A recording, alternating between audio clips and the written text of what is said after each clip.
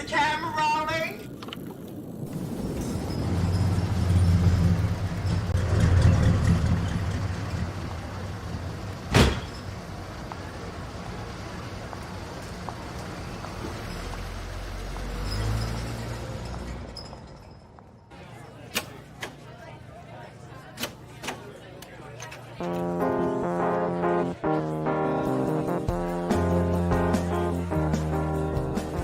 In 1963, when I came to 42nd Street and I was the Butch Queen, and I didn't know nothing about wearing dresses or drags or anything. I went there, and honey, these queens started calling me Marshall. And I was just empty, they would just call me Marshall, and I was gagging. And then they start calling me Marcia. And I liked it so much. I said, that's who I'm gonna be. I'm gonna be Marcia.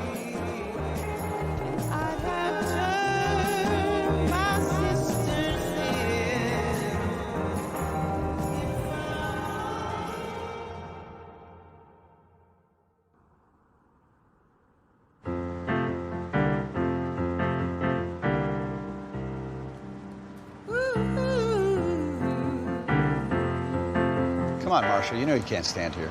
Move on.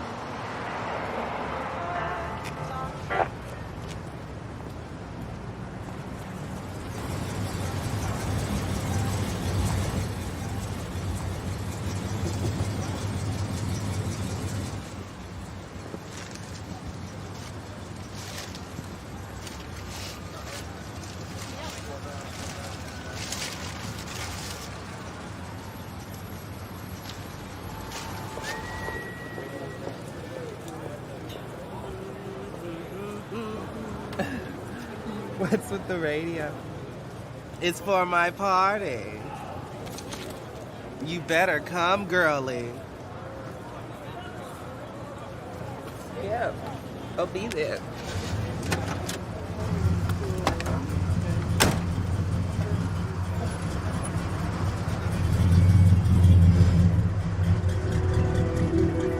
Junior, you coming to my party?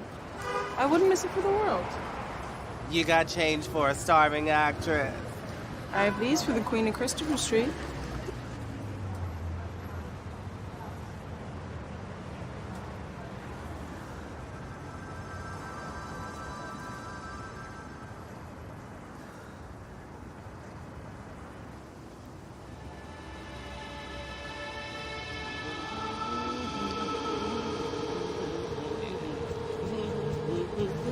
Hey, doll. Those from me. I said, are those from me?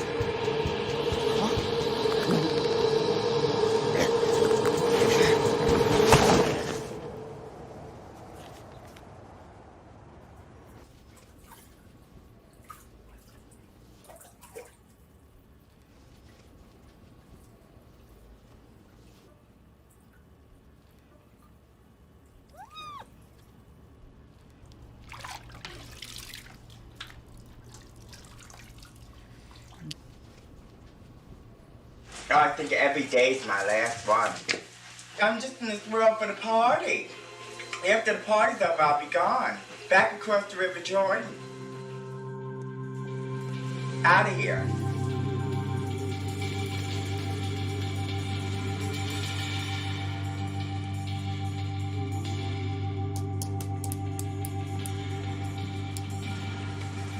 I mean, I don't never know what to do, Andy. You know, I'm always getting confused. My computer gets all tangled up.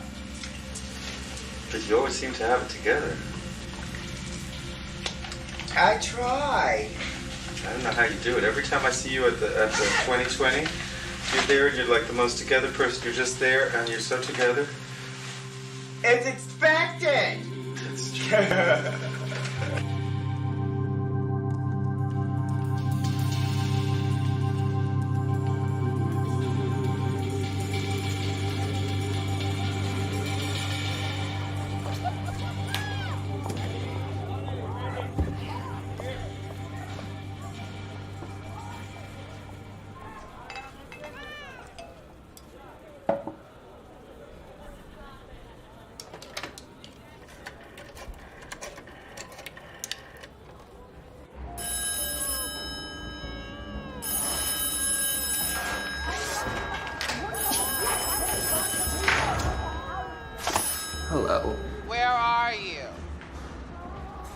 Hello?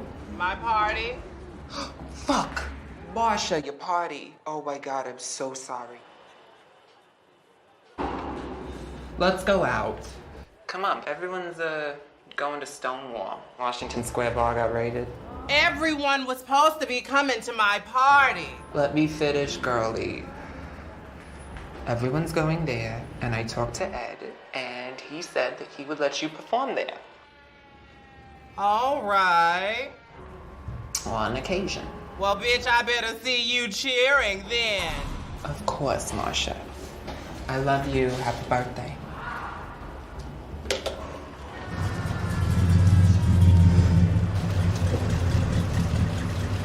Hey, Marsha girl. Where you sneaking off to? What do you want, Junior? You think I'm not gonna follow the most beautiful girl in the world down Christopher Street? If I was so beautiful, you would have came to my party. Marsha, I made you something.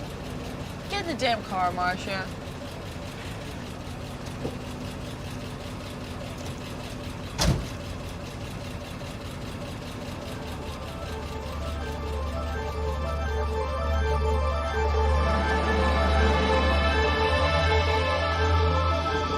Let me give you a ride. Where you headed? Stonewall. You wanna come? Baby, I'm going where you're going. Hey, Marcia. Where we headed, girl? I'm about to be on stage, darling. I want to come. Don't forget about me, Marcia girl.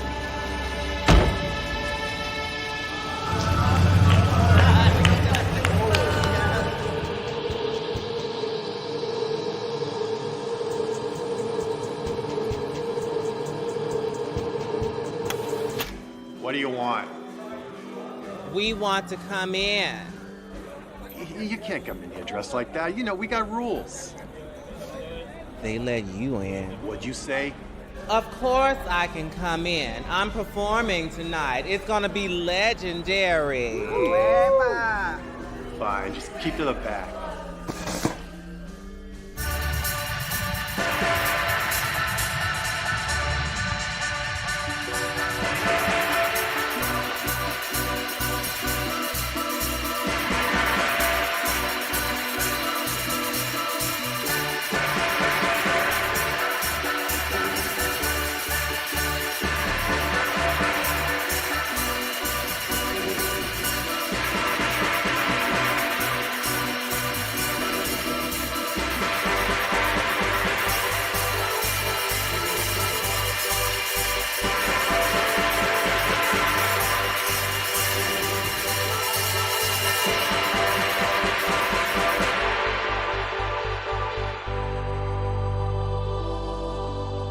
In case you didn't get the message, but I can see you did, because you all are the message, we have someone here that's gonna sum it all up for you again. She's the queen of this here island.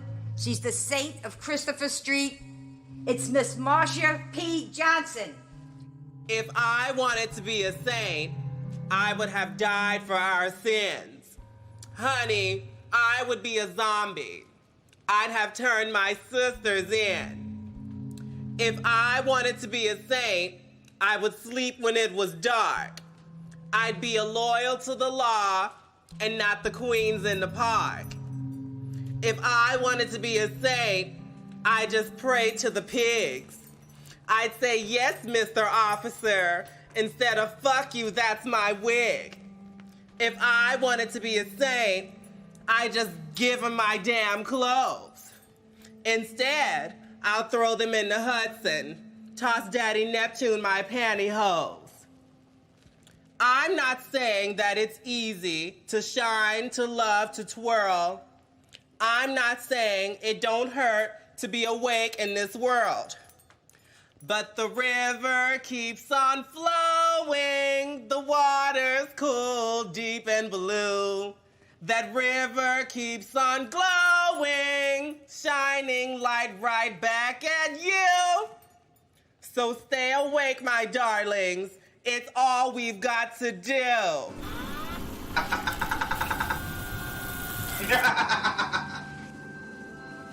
And I'm lost in the music. Honey, I've been lost in the music since when? About 74. No, I got lost in the music in 1963 at Stonewall. No, it was Stonewall, 1967. I got lost. In 19... Oh my goodness, Stonewall. I got lost in the Stonewall. Heard it through the grapevine. 1969. I got lost in the music and I couldn't get out. I still can't get out of the music.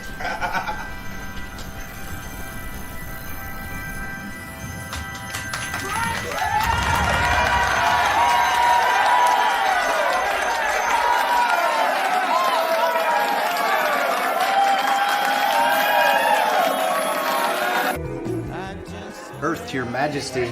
You want a drink or not, huh? Because you're holding up the line.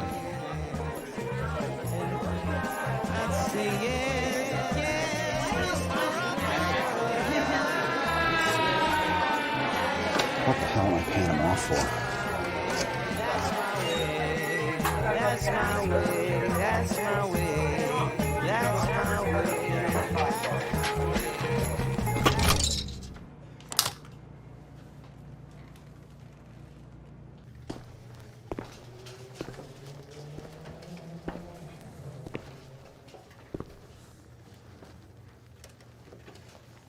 Is that for me?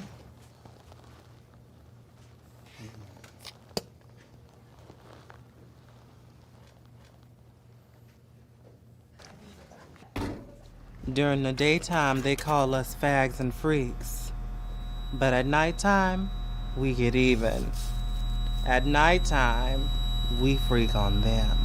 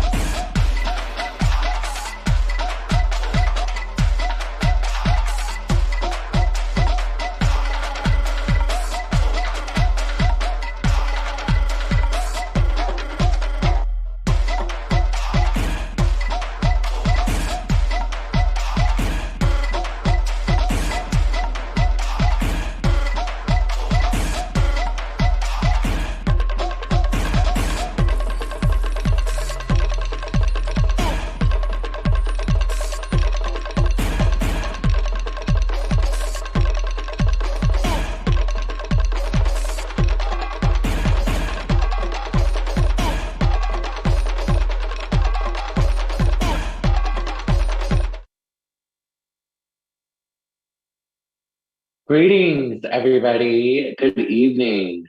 Welcome, Black people, to the Movement for Black Lives, Remembering Marsha P. Johnson event. We are here with you live and are so excited to celebrate Marsha P. Johnson's life and legacy.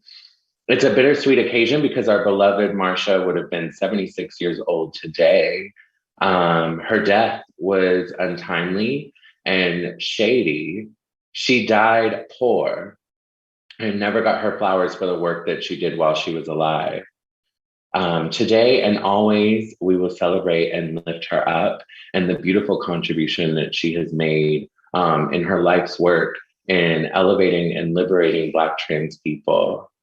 I personally wouldn't be here today had it not been for a very, very stark reality, which is Marsha P. Johnson and so many other trans people fought back against police who were increasingly criminalizing us for being trans during that time. And had she not helped spearhead the rebellion that we know as Stonewall and the Stonewall riots that took place, myself and so many other Black trans people and queer and trans people across the world would not have the liberations that we know, the little bit of liberations that we know today. Before we get any deeper, let me properly introduce myself. You may have actually seen me last month on the Movement for Black Lives Instagram Live for a post-Pride Kiki. I'm so happy to be back and to be a part of this amazing conversation. For folks who do not know me, my name is Aria Saeed. I use she, her pronouns, and I am a founder and the president of the Transgender District, which is the world's first legally recognized district of its kind, based here in San Francisco, where in a very special way, we actually commemorated today the 55th anniversary of the Compton's cafeteria riots, which was also a riot led by trans people here in San Francisco. And so today we celebrated actually with Mayor London Breed, who declared the month of August as Transgender History Month here in San Francisco to honor both Marsha P. Johnson's birthday, as well as the incredible contributions that trans people have had and have made in history throughout time. And so I am so excited to be here. I'm wearing pink. I am, let's see, describe myself. I have chocolate skin, blonde tresses. I'm radical, slightly, sort of, maybe not. But I'm so excited to be here again, to just be with the Movement for Black Lives family and to celebrate this beautiful history that we have as trans people and as queer people around the world, and as queer and trans Black people, which I think is also important.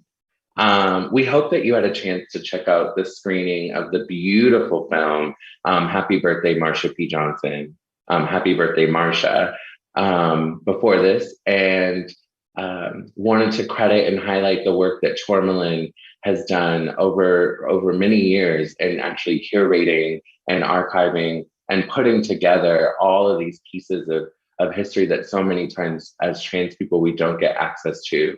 And they have worked tirelessly to put this together and to create this film so that specifically trans people and trans people of color have access to the legacy of Marsha P. Johnson. We have an exciting conversation for y'all today. Joining us in a moment is Anthony White, a singer, composer, and writer, and the creator of the podcast, The Black Sublime. We also have joining us actually a dear friend and a comrade of mine, Ms. Amara Jones, the founder of the award-winning platform Translash Media and a personal hero of mine. I also want to shout out and thank our comrades who are here providing sign language support, ASL, for this event. Please welcome Darlene and Coffee from First Choice Interpreting. Thank you all so much for helping make this event more accessible. I'm so sorry, I just realized how fast I was talking and that there is translation. And so I wanted to be cognizant of that. And I'll ask that our guests who are also joining be mindful to speak a little bit slower so that the translation team, who's working very hard to make sure that every single word is translated for all of our folks. So with that, let's bring in our first guest. Join me in welcoming Anthony White. Welcome, Anthony. Thank you. Thanks for having me.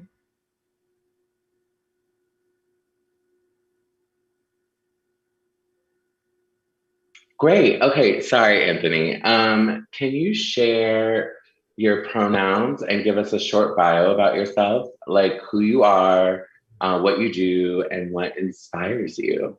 Yeah, so I use they, he pronouns. I am from Brooklyn, New York, BK stand up, BK all day. I am a poet, I'm a singer, songwriter. I do have a podcast, the Black Sublime podcast. Um, my goal is to create and to fashion art that, restores us and empowers us in the context of liberation, healing. I know for me personally, I have to do a lot of that. So I use my art for that. Other things, I, work in hospitality to make some coin. The coin that the art is, always giving me. But that's pretty much me in the context of what I do. Thank you. And can you actually tell us a little bit more about, and correct me if I got this wrong, the Black Sublime or Sublime? Yeah, the Black Sublime. Okay, so. Okay, I am so sorry. The Black Sublime. No. I guess I'll say a little bit about what inspires me and then how the Black Sublime came to be. I try to establish generative practices, and by that I mean, giving back as much as I consume, inspiring as much as I am inspired. And I feel like part of being gender non-conforming, and part of embracing a non-binary gender identity is accepting the divinity that is part of self-creation, right? Like the ability to accepting part of your divine right and your divine gift to make yourself into who you are, and to not be confined in any way. And when I thought about the Black Sublime, I thought about the word sublime, at least in the sort of philosophical tradition, comes from having so much of something, so much beauty that it overwhelms someone who is trying to observe that. And I thought about how true that is for Black people and Black art and queerness in the context of Blackness in that way.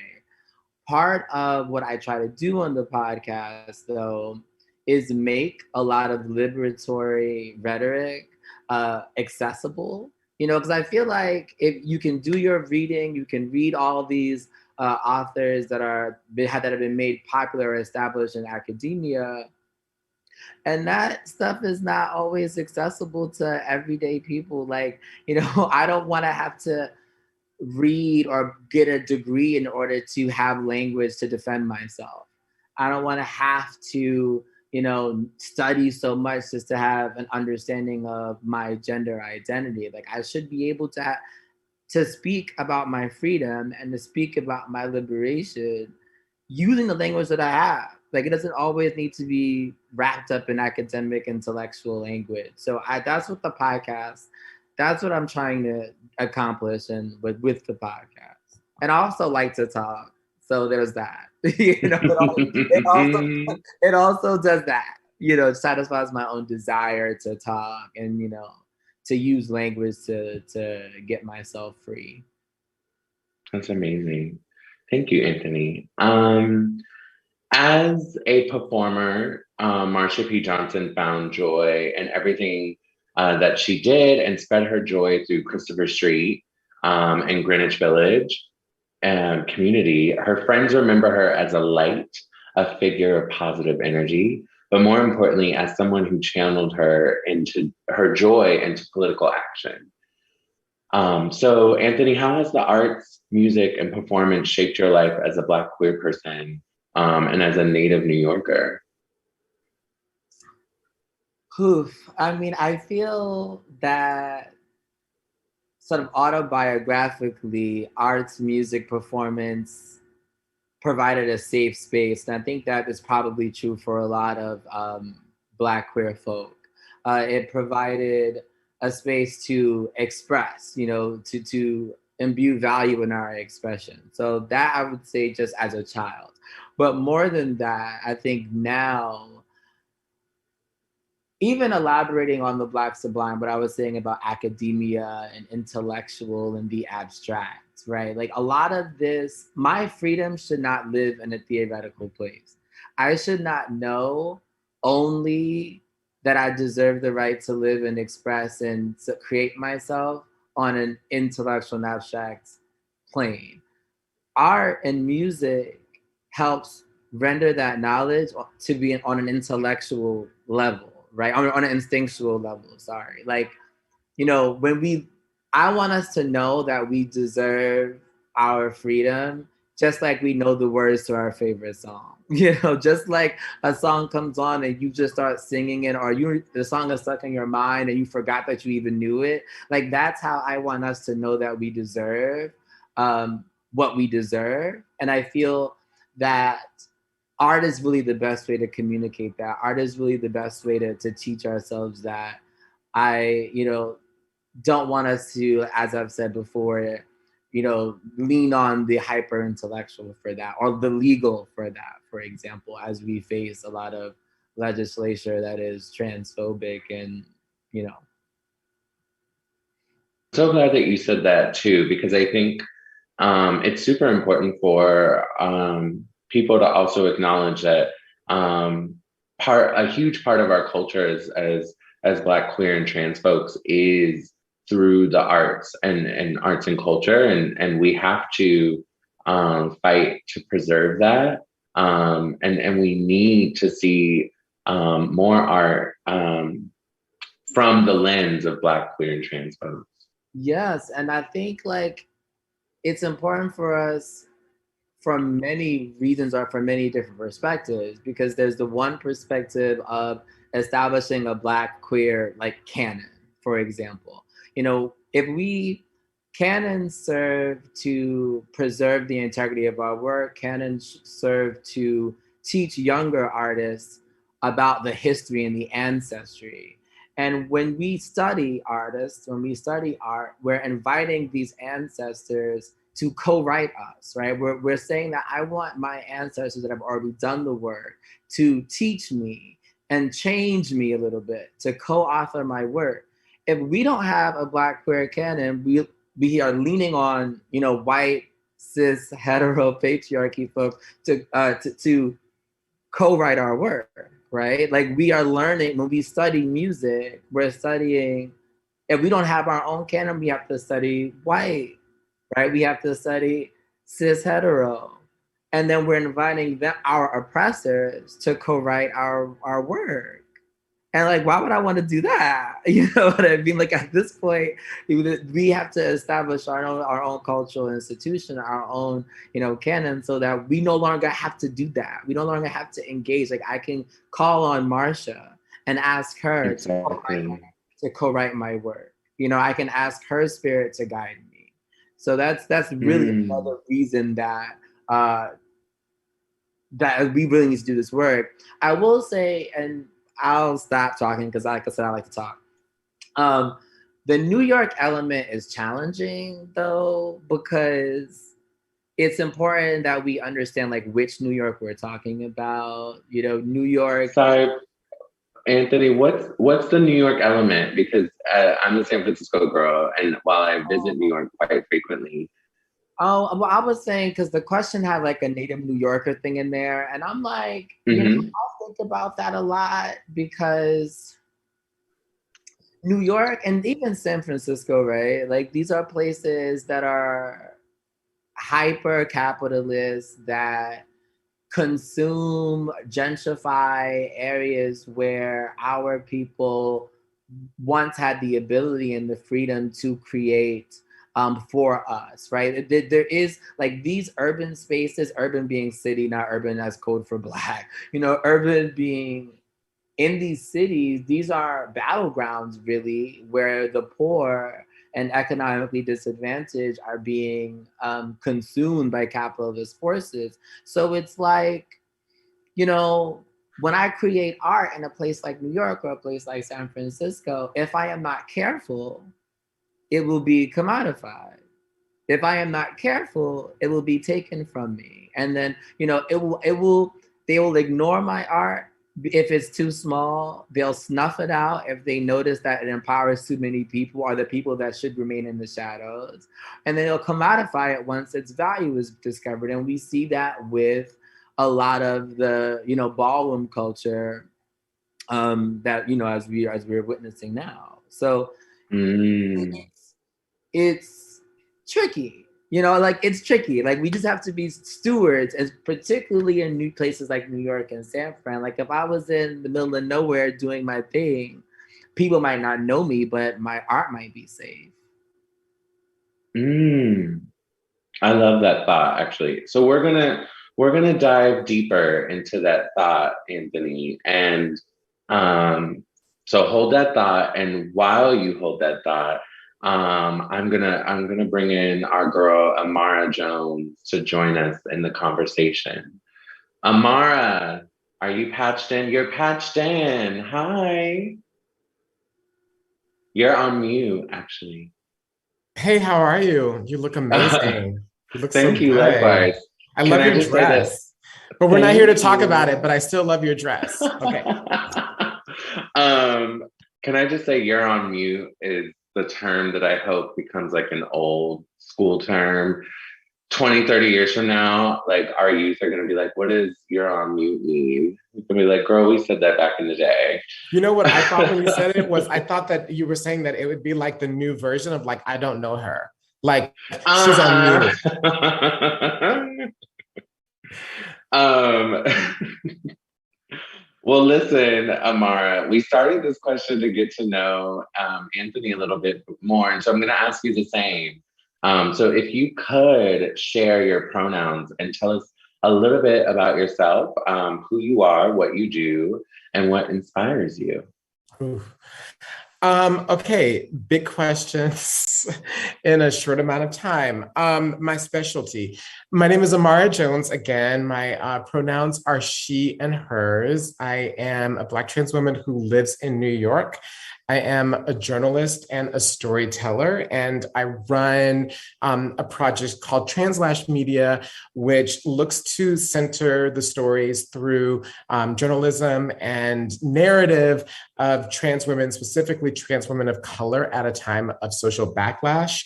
We combat ignorance through our stories and through our truths. And an easy way to remember all of the things that we do through video, through documentary, through podcasts, through zines and social media. And the website is that we tell trans stories to save trans lives. So that's what I do. Did I say I live in New York? I live in Brooklyn. And I'm really upset, by the way, that you say that you're here all the time on the low, and I've never gotten a phone call. I'm just saying.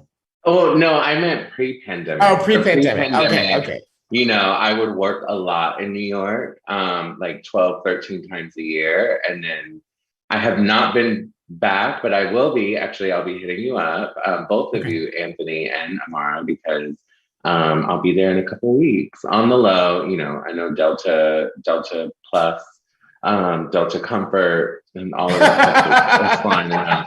But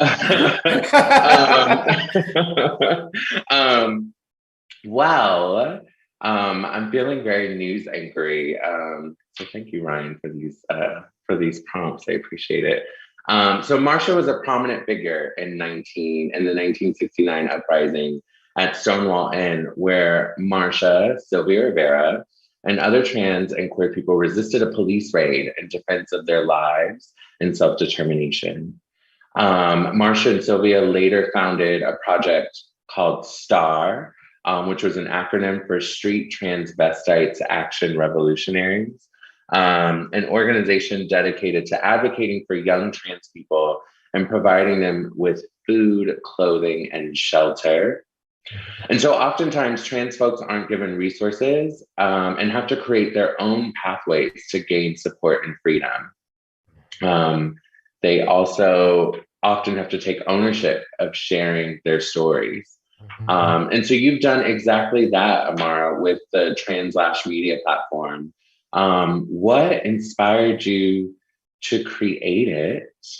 Let's start there, because something I love that you say is repeat it for me again. We save trans lives by telling trans stories. Did I get that right? It's the reverse. We tell trans stories to save trans lives. Yeah. Oh my gosh. And so what inspired you to create the Trans Slash platform? Well, I think, I had a career in journalism and in media before I started Translash. And throughout that entire time, I realized just how powerful the stories that we tell ourselves are.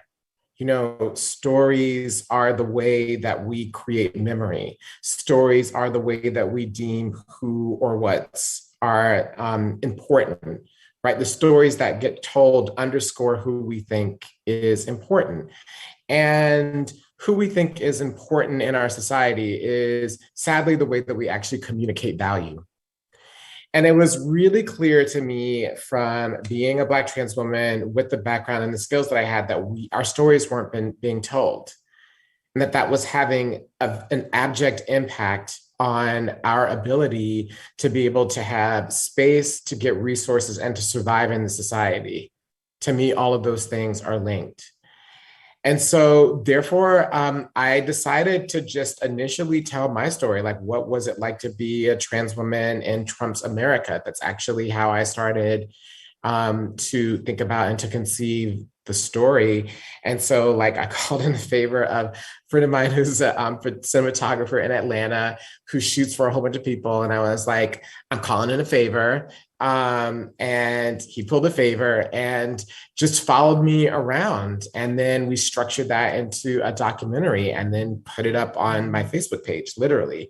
And it had a better response to it than I ever thought. And so from there, I realized that there was value in what I was doing and just decided to grow and to create from that standpoint. So I started extremely small. I started with no budget. I started with kind of,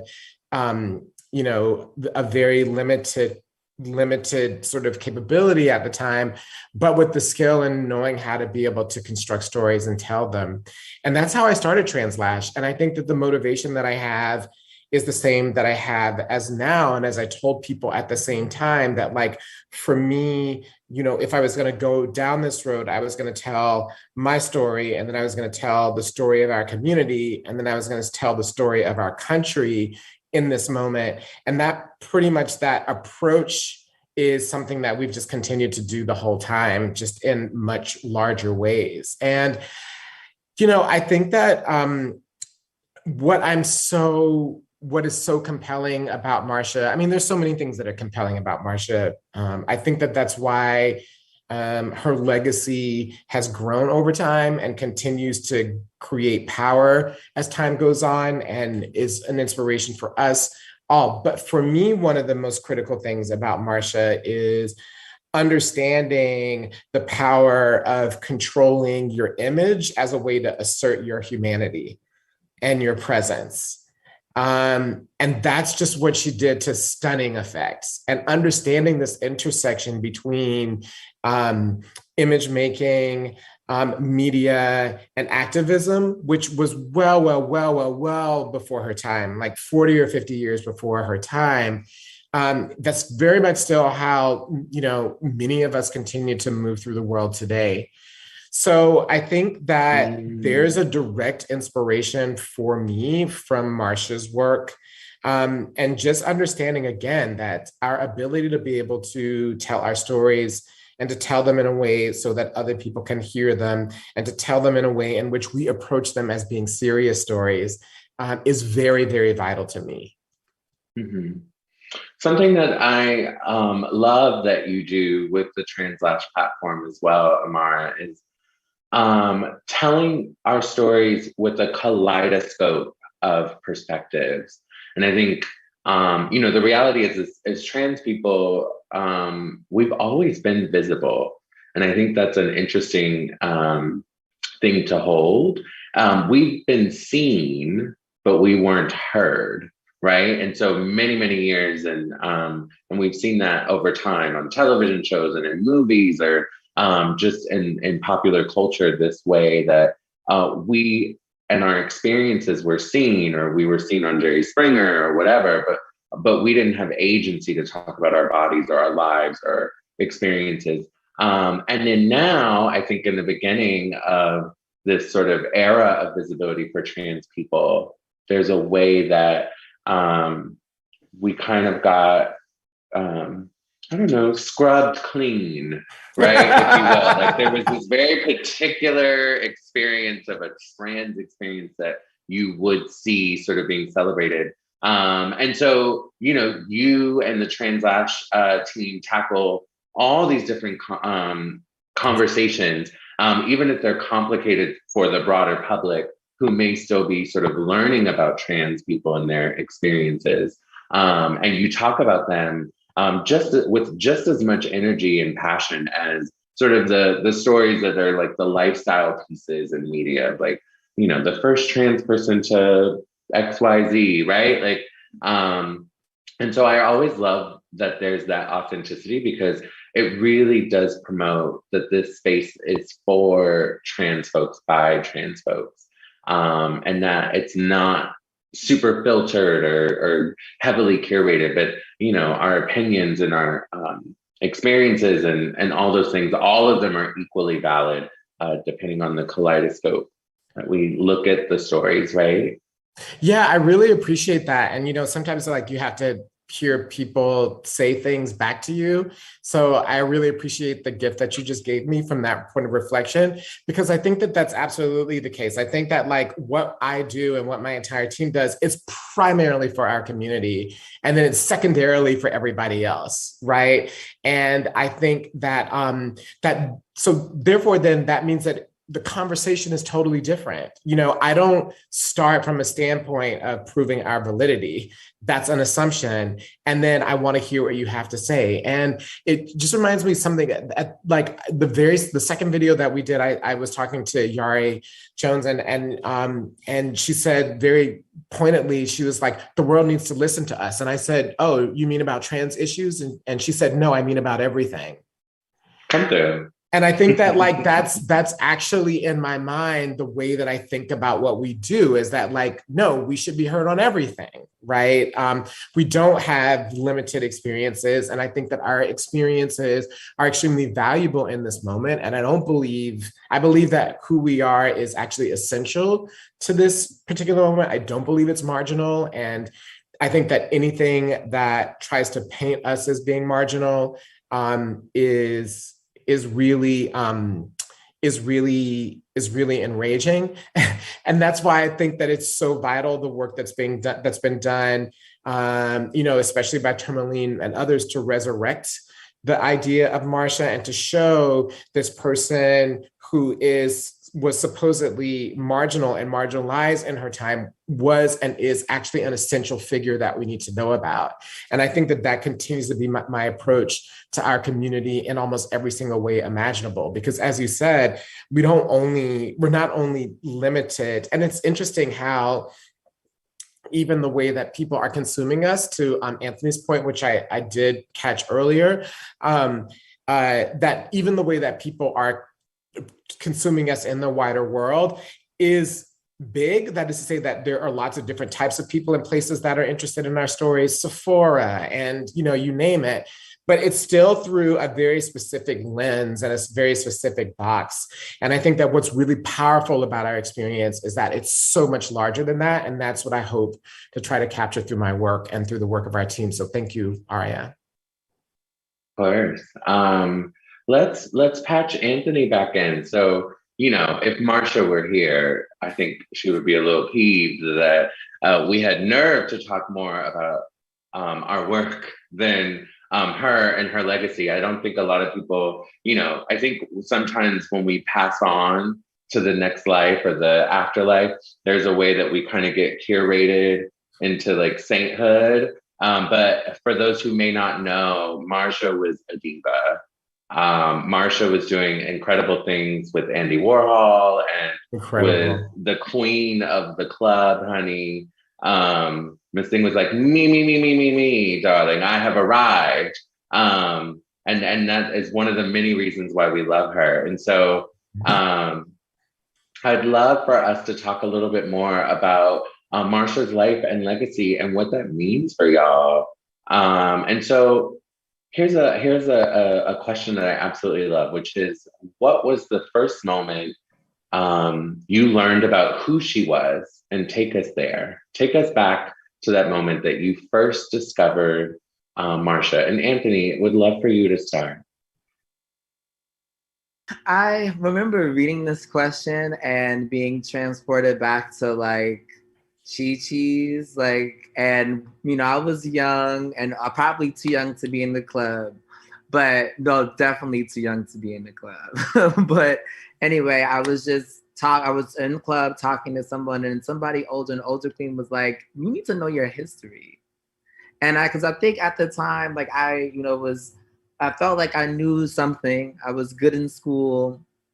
And I think, what was it, the sexual revolution, and I had done my project on it, and I thought I knew things.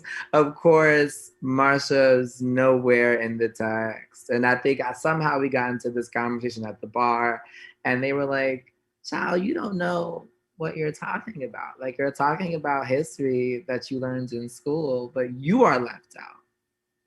And you don't see that."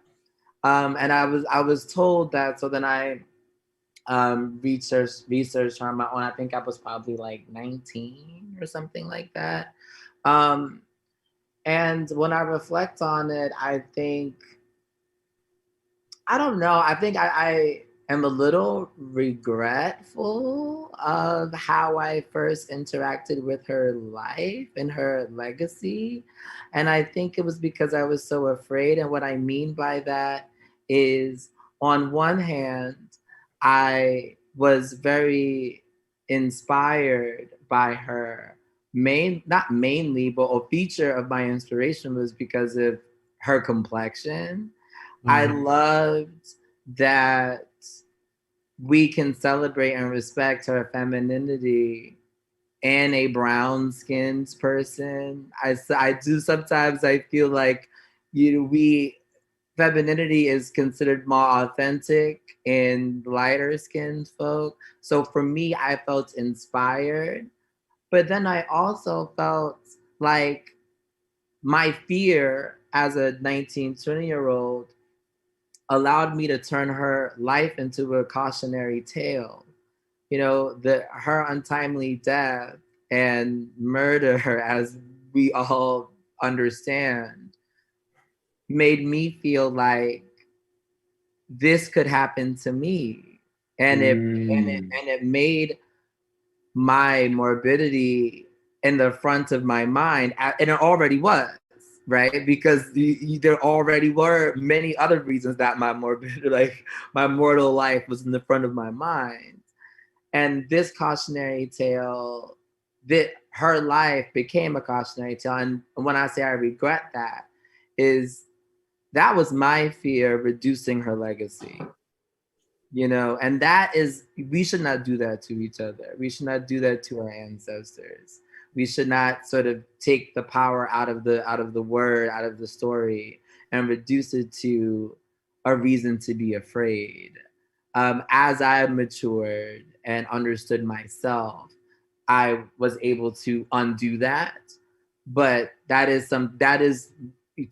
where I was. When you say take us there, my first encounter with her had that impact on me, and I do regret it in some ways. Thank you, Anthony. Oh, can I pop in? It just came to me. The spirit of Marsha just came to me. I relate to you, Anthony, in that I didn't discover, I don't feel like I discovered Marsha until I was 19, 20. So to give a little context, I did transition as a teenager in the mid 2000s, and I had only sort of seen trans people in books at the public library, and then it was Isis King, America's Next Top Model, and she came out in that episode, right? And so that was the first time that I had seen a Black trans woman in this like empowered way, right? But my first brush with Marsha was a Black trans elder, she had said, "Pay it, honey, pay it." And I was like, what does that mean? I'm from Oregon, for those who don't know. I grew up in the suburbs. And so, I can be a little hood, but I had the very limited access. And so I was very like, oh my God, what does that mean? And the East Coast girls will definitely know, like the vernacular oftentimes feels so different for the trans community on the East Coast than it is the West Coast. So, hearing the term "pay it, honey," "pay it, dust," "pay it, nooch," I'd never heard anything like that before. So I was instantly curious, and I had asked her, and she was like, "Oh, you don't know Marsha Pay It No Mind Johnson?" And so I'm like, "Who is that?" And then upon looking for Marsha, there was always that photo of her and Sylvia Rivera. I think they had the umbrellas or the protest signs. There's like the police barricade. It's in black and white. And there's the video of her saying, "I want my gay rights now." Right. And like, that was my first sort of introduction to the Marsha P. Johnson. Amara? Yeah, it was weird when you first asked it. It's kind of like trying to remember the first time you heard about like George Washington, or the first time you heard about like the Supremes or Diana Ross or like Michael Jackson. I was like, it's really hard for me to pinpoint a moment. But I think that the first time for me was kind of similar to you, but in a very different way. And that is through Sylvia and Sylvia Rivera. I think that I learned about Sylvia first. And then I saw the picture and learning about Sylvia, reading something, that same picture of them standing at the police barricade under the umbrella. And I think that Marsha's fist in the air, Sylvia's fist in the air. And I was like, oh, who's that? And then I went down that rabbit hole of, oh, this is who this person is. And then just going through time and like unfolding, learn more and more and more and more and more. And I even continue to learn more and more and more and more and more. One of the last things I did in COVID times was go to the Andy Warhol exhibit at the Art Institute of Chicago. And I didn't know how many images that he had taken of her. It's hundreds. Like there were 2 walls worth of Polaroids and sketches and paintings.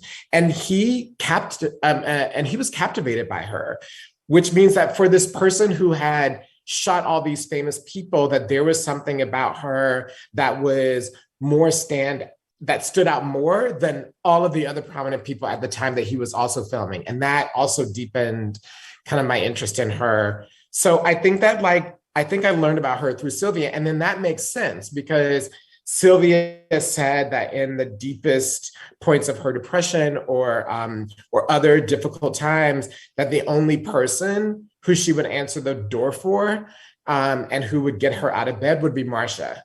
And so the fact that I learned about Sylvia through Marcia makes total sense in their relationship and how Sylvia saw her.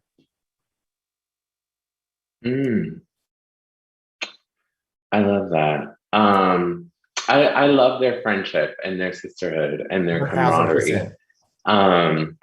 That has always been like a template for me in my own personal life of just like finding that connection with other trans folks, other trans siblings, and having that as chosen family. Like, that in real life, Marsha and Sylvia were probably turning dates together. They were on the blade or the stroll, doing sex work together. They were using those resources to sustain their housing program, right? Their informal housing program where they would take trans folks off the street. They would take abandoned apartments and whatnot. And when the landlords would try to evict them, they'd throw the fridge out the window and, just ride or die, like sisters in the struggle. Like, it's just so beautiful to see. And I feel like, I feel like as trans people, that is such a they sort of represent an experience that I think we all have as trans people in finding each other and finding that camaraderie. Well, since Marcia died in 1992, with many sort of believing, including myself, that she was actually murdered by the mob, we've come a long way as a community. There is more mainstream visibility. There are more opportunities for Black trans people, Brown trans people, and more conversation that is disrupting transphobia, both in the Western world and around the world. But we are also seeing record numbers of anti-trans legislation across the United States. We're seeing intercommunal violence, especially against Black trans women, Black trans girls, state violence, and more. What are some issues, or what are the issues that are most urgent in our community? Yeah, I mean, I think for me, all of these issues were really prominent for me when I was starting Translash. This really, I mean, like the name that I came up with, Translash, it's actually, the name came from my idea that it's a transgender backlash. Like that's what it is. And that's how I came up with Translash. Oh, really? Yeah. I always thought, I always thought lash, like lashes. No, there are lots of different things. Like there's like, but it serves so many different things. It's like whiplash, it's also, but the original idea I had was transgender backlash, but it is translash as well. But I mean, and for me, like, I think that that contradiction that you're talking about, right, between the increasing visibility and expanding possibility, I think, are the ways that I would say that. And at the same time, the record levels of violence and all forms of violence, so we're talking about physical, policy, political, are really those are the things that we have to hold in this moment, right? And that create an enormous amount of pressure on our community and on individuals. At the same time, we still are dealing with extreme marginalization, right? That hasn't gone away yet. All of those things are happening at the same time. I mean, I personally think that the biggest, pretty much all the research Aria shows, I mean, this goes to what the Transgender District is doing lately. One of the biggest ways that we know to improve the lives of trans women, to reduce violence, et cetera, is actually economic opportunity. And there's a direct correlation, according to the FBI, between what women's economic status and the violence that they experience, right? And so that if we can figure out ways to actually create space in society for trans women to be able to move more into society and to fulfill the dreams that we have, then we will, as a result, be able to decrease the amount of violence and all forms of violence. And I really mean expansively. But that's the practical thing. But a part of creating opportunity is for people to actually see us as human. And I think that that's actually the biggest challenge that we face in the world, is for people to see us as human beings. Because once that happens, then all other things are possible. And so I think there's that very practical piece that I just mentioned. But I think the part that I'm personally obsessed about through my work is what I just said, is like getting people to see us as humans so that we push out and create the space that's needed for us to be able to thrive. And for me, both of those things go hand in hand. Yeah, and I feel like you covered it, Amara. I think the only thing that I would add, and it's not really an addition, maybe it's more like an elaboration, is healthcare.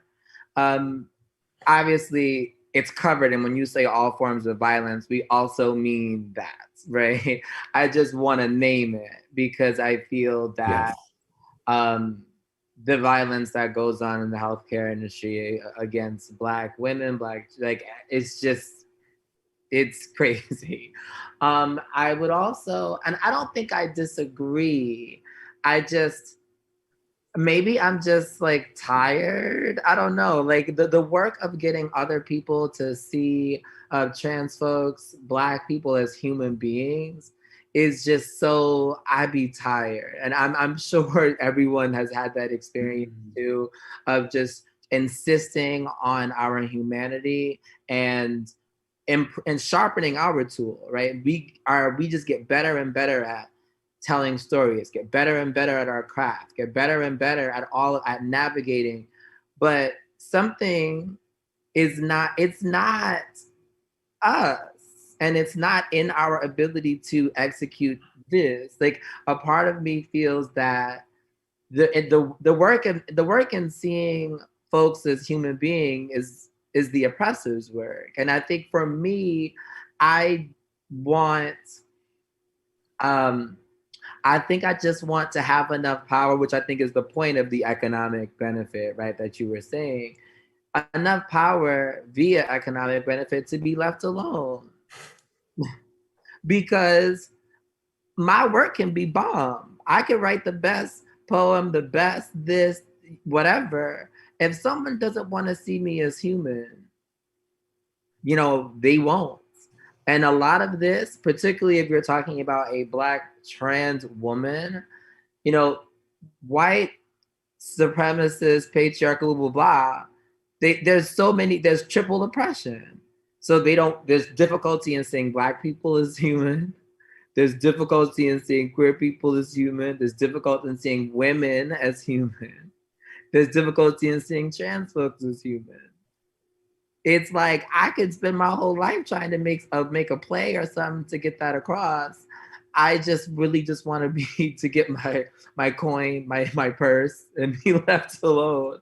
If I can't do that, you know what I'm saying? Yeah, I mean, you know. Yeah, I mean, I totally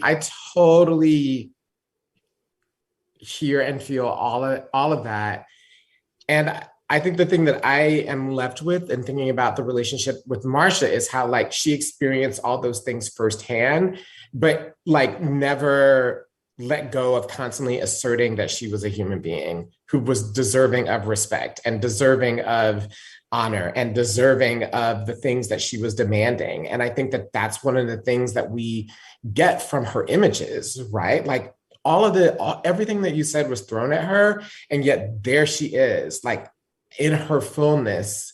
And I think that that's what I mean. That's the power that we have to continue to tap into. I don't mean for other people's consumption of us. Yeah. You understand what I mean? But I mean that, like, in this, we still stand and hold in our fullness. Yeah, and I love the reason that I connected them is kind of like I want us to, as artists, right, to be careful, because when you tie economic advancement to your work, it's easy for a non-nuanced eye to think, well, if I give you this visibility and pay you, right, then you are going to co-opt your story for me, and me being anyone that's willing to pay. And I feel that sometimes, we have to be like, no, I'm insisting on my humanity, period. Not for a coin, not for a job, not for a spot, not for a record deal, not for none of that. Yes, visibility saves lives. We know that. But I'm not co-opting my story just for clicks, just for likes, just for the viral moment. I'm doing this because I'm insisting on my humanity and the way that I want. And I know that there's a temptation, right, for economic benefit, because, to your point, it can reduce the amount of violence you experience. So it's hard. Like, it's tricky because when you are experiencing all this, the manifold violence, and someone is like, tell your story in a little different way, be a little funnier, and I'll give you the coin. And then you don't have to worry about walking home at night.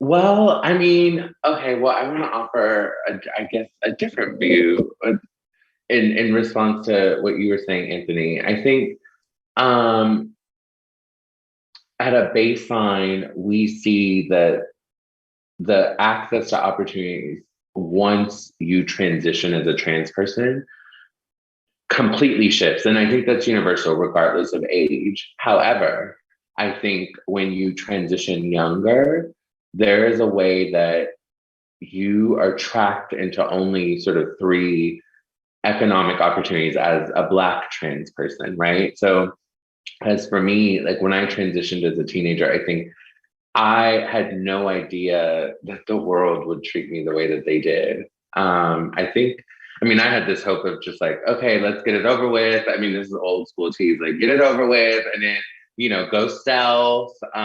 These are terms that if you don't know what they mean for the listeners, you got to go look it up when you get home. Check out Translash for the glossary of terms that we might be using. But I think oftentimes as trans people, we get trapped into just survival sex work. And then if you are really lucky, you get to be a makeup artist and a makeup counter, or you do shows, right? You perform in the nightclub circuit and you do drag or pageants or what have you as like, the way to earn your living. And then, in this sort of age of the last 20 years, like, if you're really lucky, you get to do outreach at a local HIV prevention nonprofit and you get to pass out condoms and bring your girls in to come get tested or what have you, right? And so I don't think we've seen just like access and avenues to trans people, even just having an economic baseline of being able to afford an apartment on their own, right? Outside of those three economies. I think that's what the transgender district is working to try to address. Thinking of Marcia and thinking of how she visually represented liberation for Black trans people just in her being. She wore flower crowns walking around. Like, how often did we really see people walking around with flower crowns? Do you know what I mean? And like elaborate garments and what have you, and gowns, beautiful gowns. And the voice of Aretha Franklin. Great gowns, beautiful gowns. But the Transgender District, I'm so proud to share with you all, for those that don't know our work, we are trying to bridge exactly what Amara and Anthony are talking about, which is preservation and uplifting the arts and culture of queer and trans people, specifically trans people of color, while also sort of really pushing and promoting economic advancement for trans people. And it really is, that's like the complicated cookie of the Transgender District. Transgender is indeed a place on earth. We are literally a tangible area of a city. We being the Transgender District, not transgender.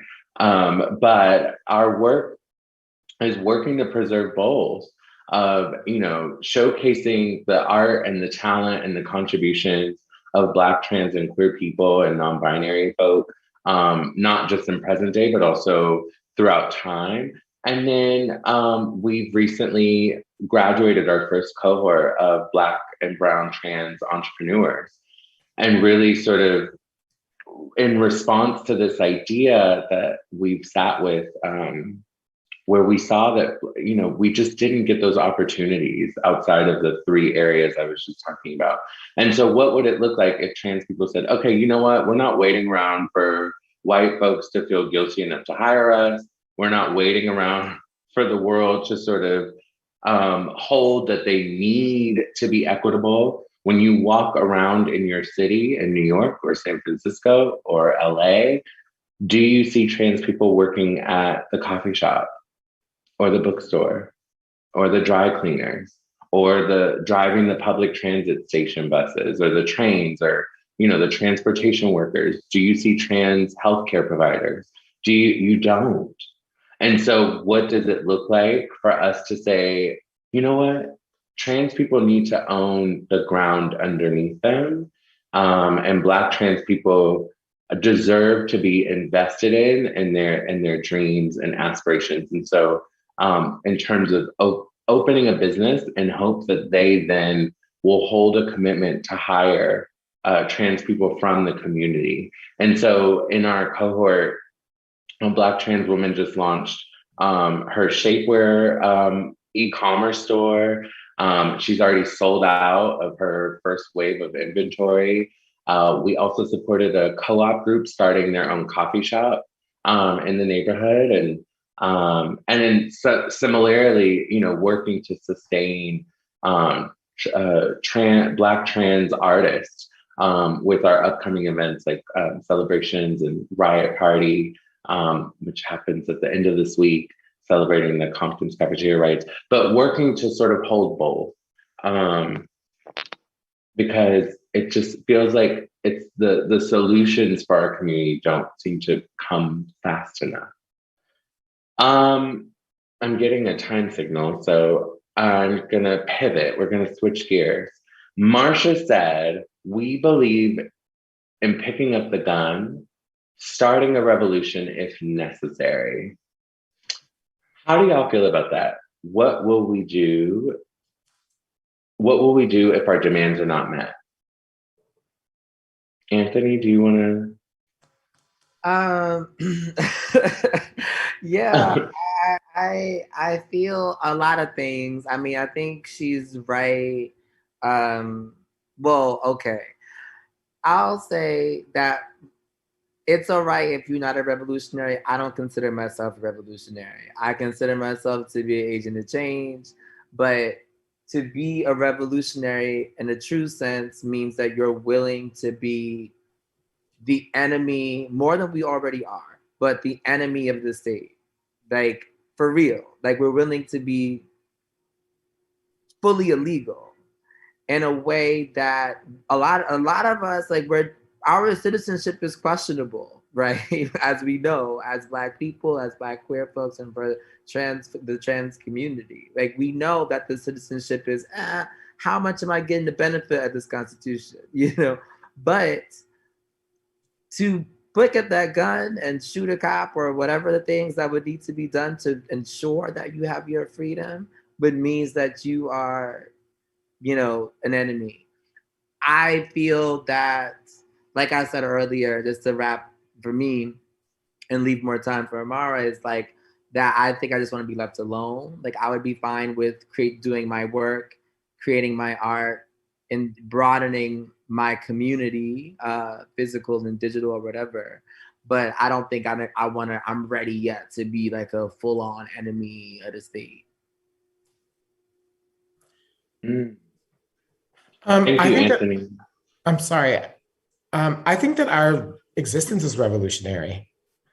I think that our existence as trans people, specifically as Black trans people, is revolutionary in and of itself. And I think that what we have to do is that we have to keep on insisting and asserting our right to exist, the fact that we are equal, just like everyone else, and that we have a right to our humanity and the fulsomeness that brings that everyone should have. And I don't think that we ever stop doing that. And I don't see a time in our lifetime when we get to. We're not going to be able to ever stop doing that, because the people that are opposed to us are real, and they're organized, and they're well-funded, and they're religious zealots. And they're not going to give up. And so the fight for who we are is going to be around for as long as we are. And so that means that for our entire lifetime, we're all going to be revolutionaries. And I have gotten to the point where I'm okay with that. Thank you. I love that. I love that. Listen, everyone, I want to thank Amara Jones of Translash and Anthony White of Black Sublime for their time and sharing tonight. And so this conversation has been amazing. Don't go anywhere for our folks still tuning in.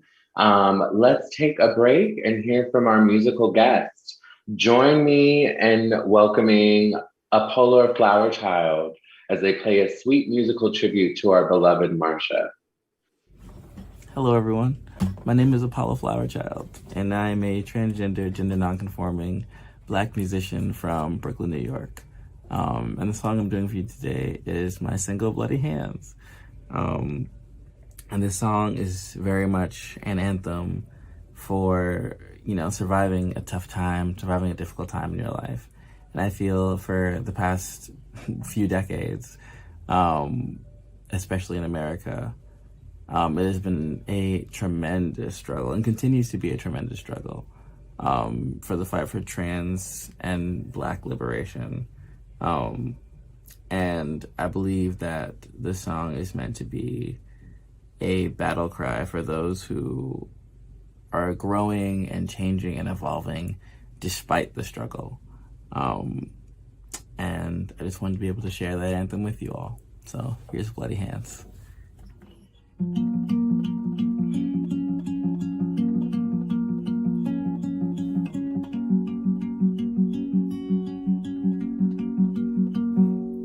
So I burn away my fears, holding in my tears till I get home.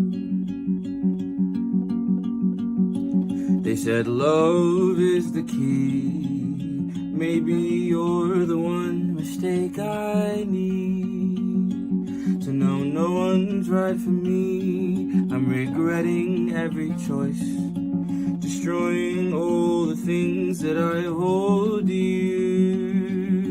And a dark cloud hovers near, and all I need is to get up out my funk.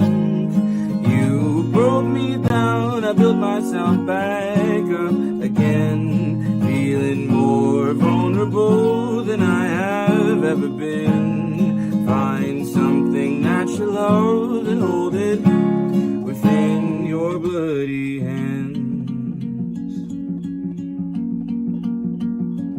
And I'm running through the dark, afraid to ever stop or I'll fall down. And no one will hear the sound. I'm buried fairly deep underneath things I searched for but never found. And I'm holding that shovel now, and all I need is to get up out my funk. You broke me down, I built myself back up again, feeling more vulnerable than I have ever been. Find something that you love and hold it within your bloody hands.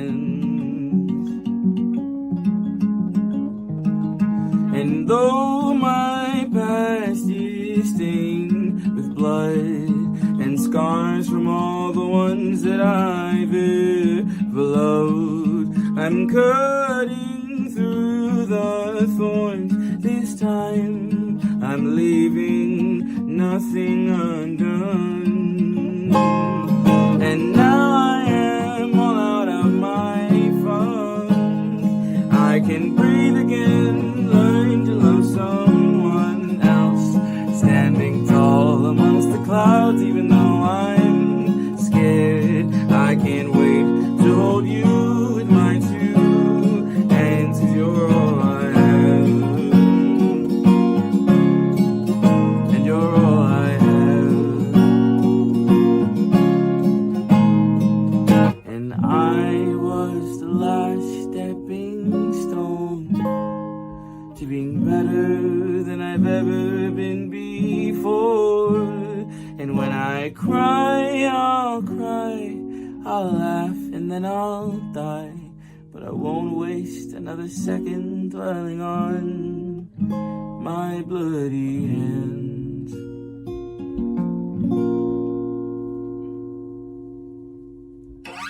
Thank you for listening.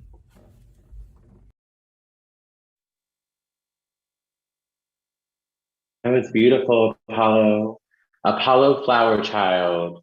What a beautiful gift for Miss Marsha P. Johnson on her birthday. My name again is Aria Saeed, co-founder and president of the Transgender District. And here tonight celebrating Marsha P. Johnson's birthday with the Movement for Black Lives. Thank you all so much for being with us this evening as we celebrate arguably one of the most visible and influential Black trans icons in history. That was a tongue twister, but influential and most visible in our history. Marsha Pay It No Mind Johnson.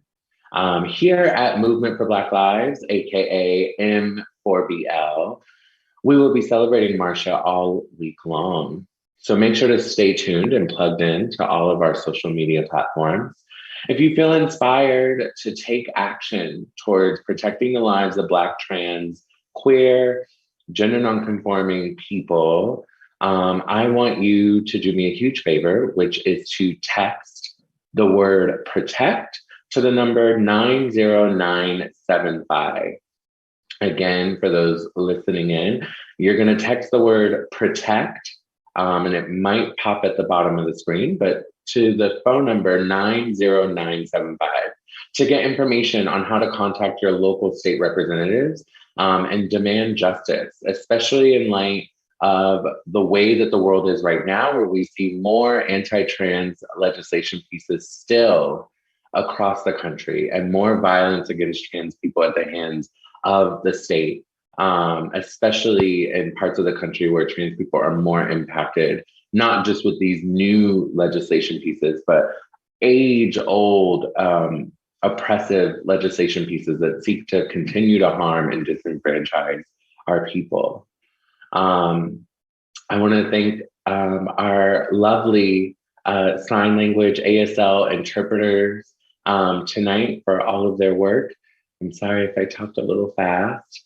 All of our panelists, again, Anthony White of Black Sublime, which is a podcast you should subscribe to, and Amara Jones of Trans Lash.